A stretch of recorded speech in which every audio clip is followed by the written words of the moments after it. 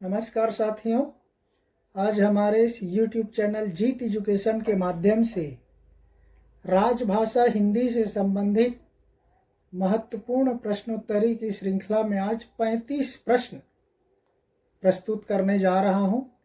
इसके पहले साथियों मैंने राजभाषा के संबंध में अपना पहला वीडियो 10 जुलाई को राजभाषा के संबंध में ही डाला था, जिसमें 10 प्रश्न हैं।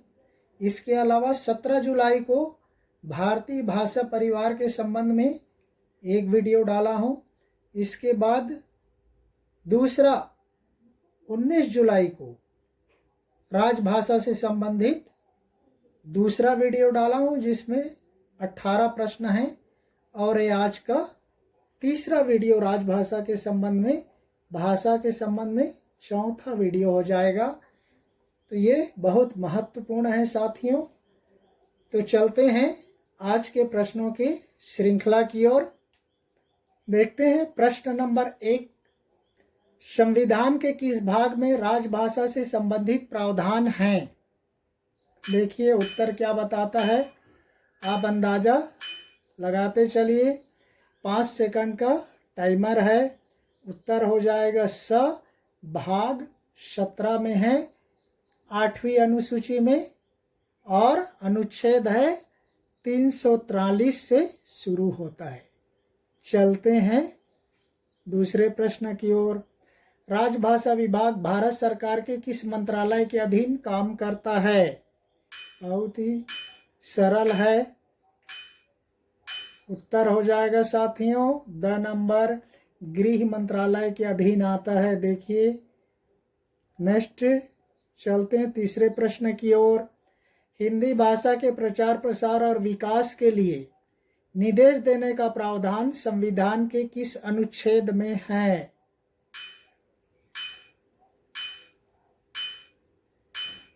उत्तर हो जाएगा साथियों द नंबर, अनुच्छेद 51 लास्ट में, क्योंकि राजभाषा भाग 17 में 343 से लेकर 351 तक राजभाषा का प्रावधान है। तो सबसे लास्ट में हिंदी के प्रचार प्रसार और विकास के लिए निर्देश देने का प्रावधान है।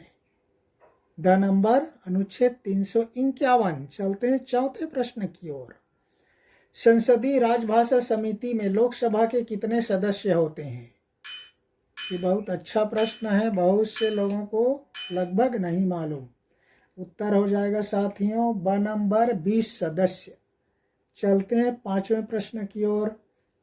संसदीय राजभाषा समिति में राज्यसभा के कितने सदस्य होते हैं?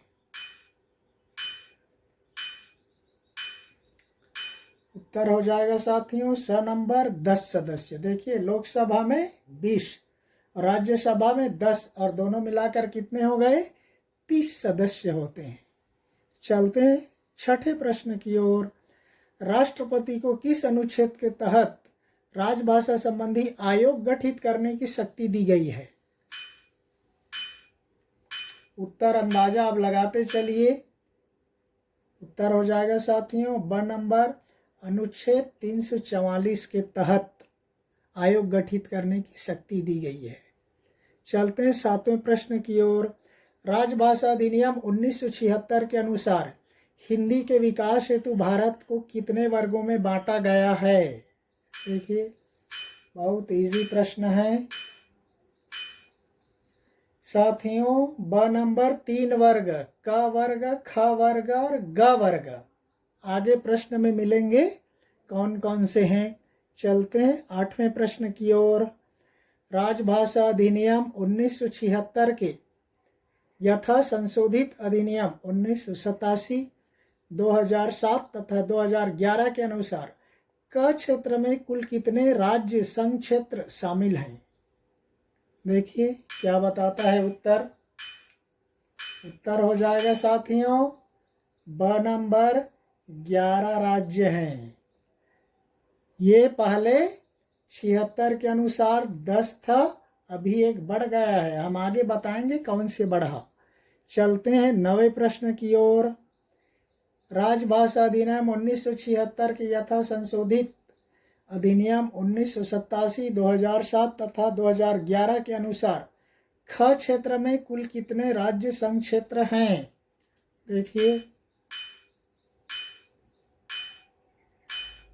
उत्तर हो जाएगा साथियों 2 नंबर। 6 राज्य हैं, संघ राज्य मिलाकर के दोनों संघ शासित प्रदेश सहित है। चलते हैं 10वें प्रश्न की ओर। राजभाषा अधिनियम 1976 के यथा संशोधित अधिनियम 1987, 2007 तथा 2011 के अनुसार ग क्षेत्र में कौन से राज्य संघ क्षेत्र शामिल हैं?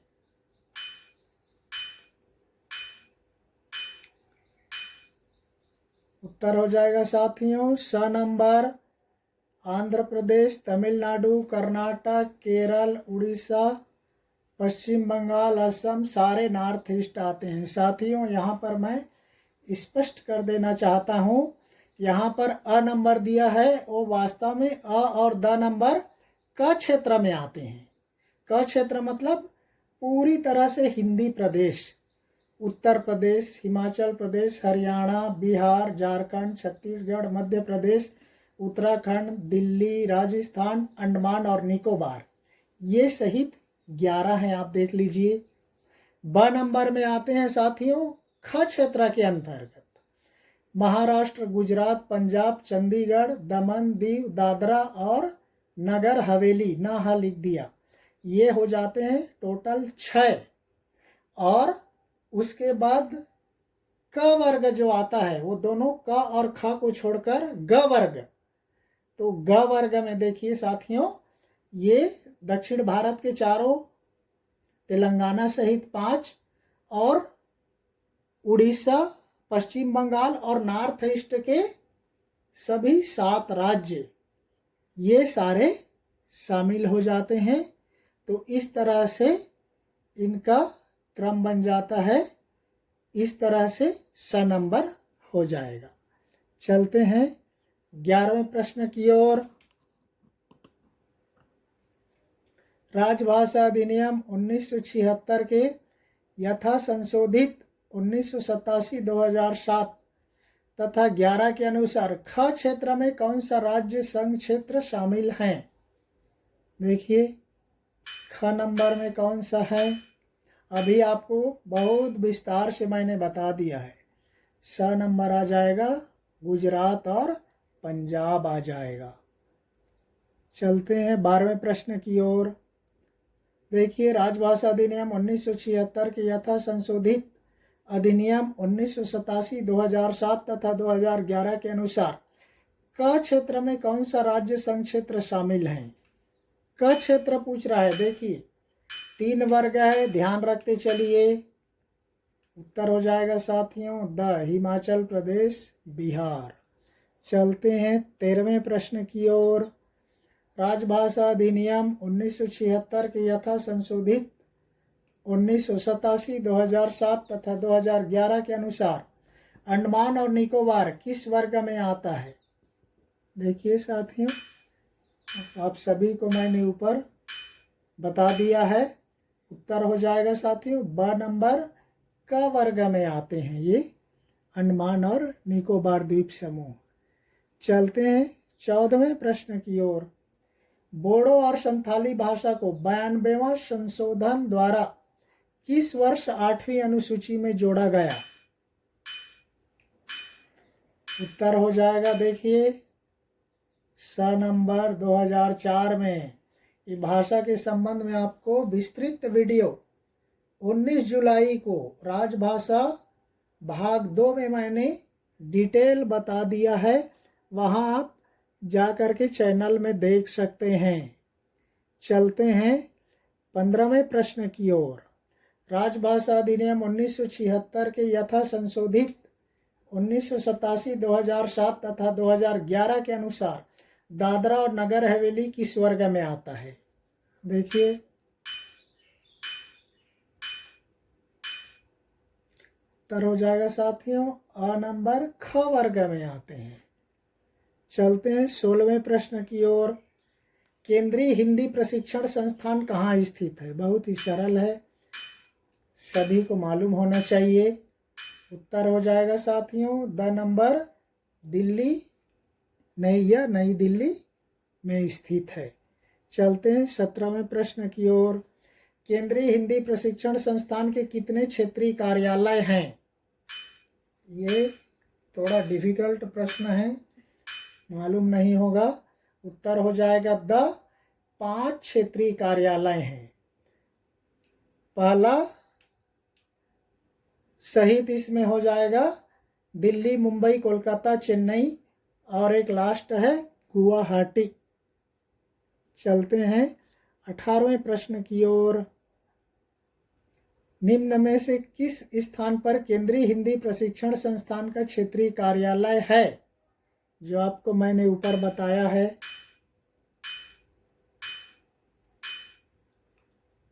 उत्तर हो जाएगा साथियों नंबर गुवाहाटी में। चलते हैं 19वें प्रश्न की ओर। संघ की राजभाषा हिंदी के प्रचार प्रसार तथा प्रोत्साहन को समर्पित त्रैमासिक पत्रिका कौन सी है?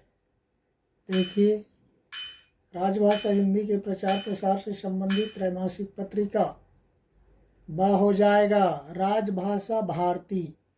ये राजभाषा हिंदी की त्रैमासिक पत्रिका का नाम है। चलते हैं 20वें प्रश्न की ओर। पहला विश्व हिंदी सम्मेलन 1975 में कहाँ हुआ था? दिल्ली, भोपाल, नागपुर, लखनऊ। गैस कीजिए। उत्तर हो जाएगा नागपुर में। चलते हैं 21वें प्रश्न। 11वां विश्व हिंदी सम्मेलन 2018 में कहाँ हुआ था?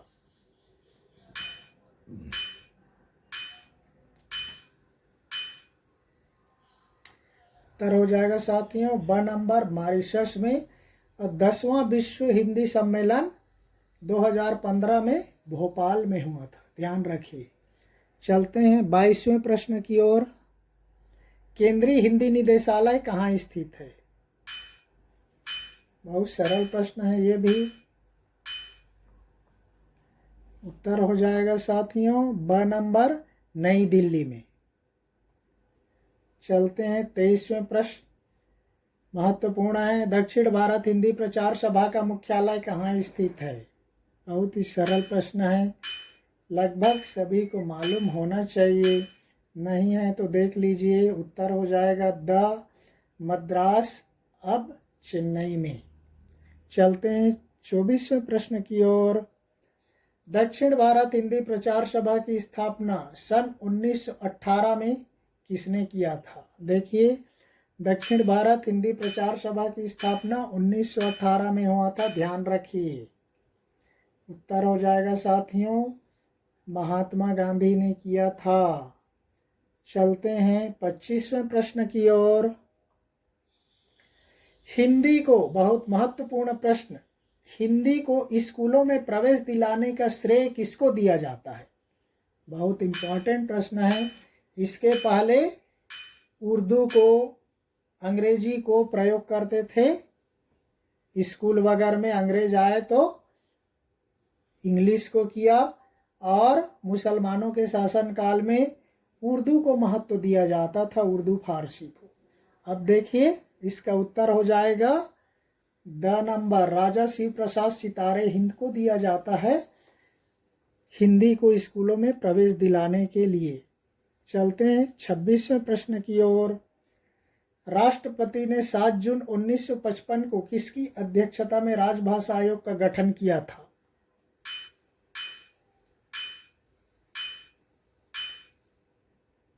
उत्तर हो जाएगा साथियों नंबर बाल गंगाधर खेर। इसी को हाप में बोला जाता है BG खेर। ये पहले राजभाषा आयोग के अध्यक्ष थे स्वतंत्र भारत के। चलते हैं 27वें प्रश्न की ओर।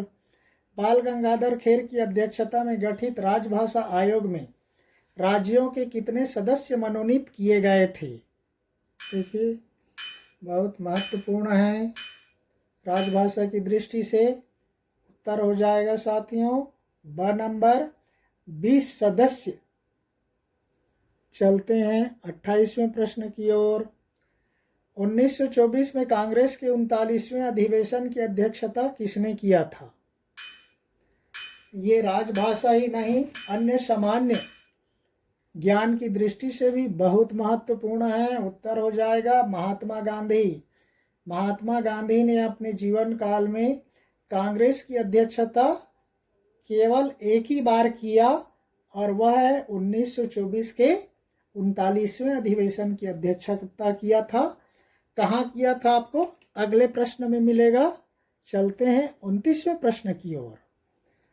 1924 में कांग्रेस के किस अधिवेशन में हिंदी के प्रचार कार्य को शामिल किया गया था? देखिए,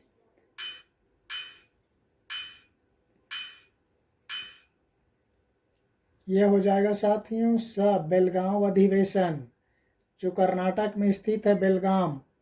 उस अधिवेशन की अध्यक्षता 1924 में महात्मा गांधी ने किया था। बस एक ही का किया था, बाकी उन्होंने किसी भी अधिवेशन की अध्यक्षता नहीं किया था।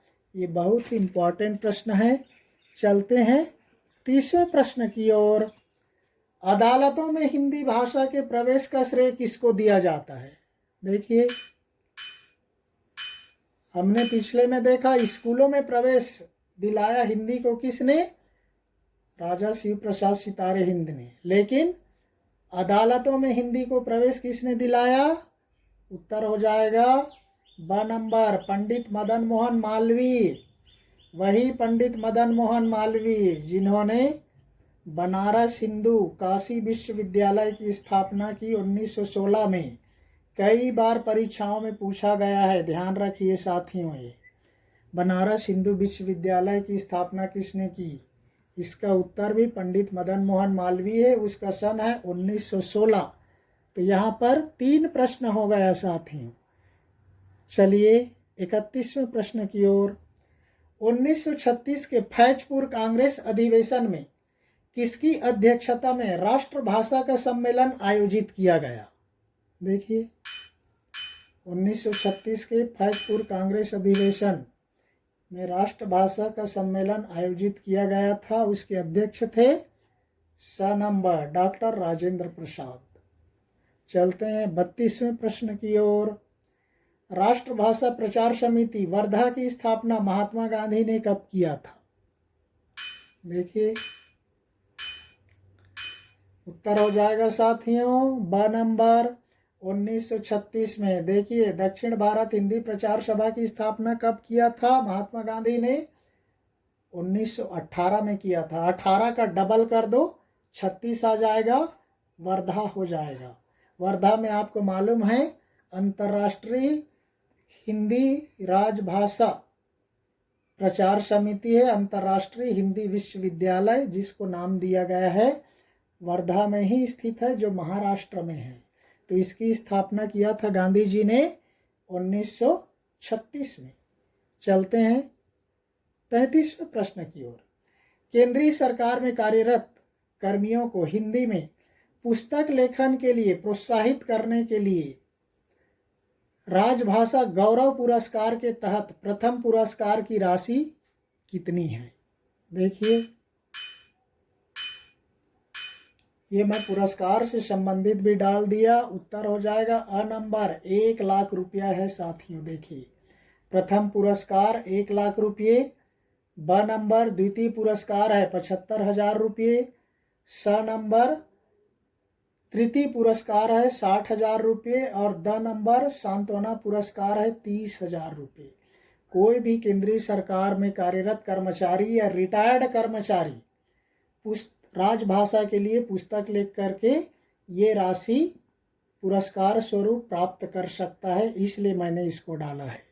चलते हैं 34वें प्रश्न की ओर। ये भी पुरस्कार से संबंधित है। केंद्रीय सरकार में कार्यरत कर्मियों द्वारा पत्र पत्रिकाओं में प्रकाशित उत्कृष्ट लेखों के लिए राजभाषा गौरव पुरस्कार के तहत प्रथम पुरस्कार की राशि है। उत्तर हो जाएगा साथियों अ नंबर, हो जाएगा 20,000 रुपये। ये साथियों इसमें 2 वर्ग हैं, हिंदी क्षेत्र और हिंदीतर क्षेत्र। हिंदी क्षेत्र के लिए है प्रथम पुरस्कार 20,000, द्वितीय पुरस्कार 18,000, तृतीय पुरस्कार 15,000। हिंदीतर राज्यों के लिए थोड़ा ज़्यादा है।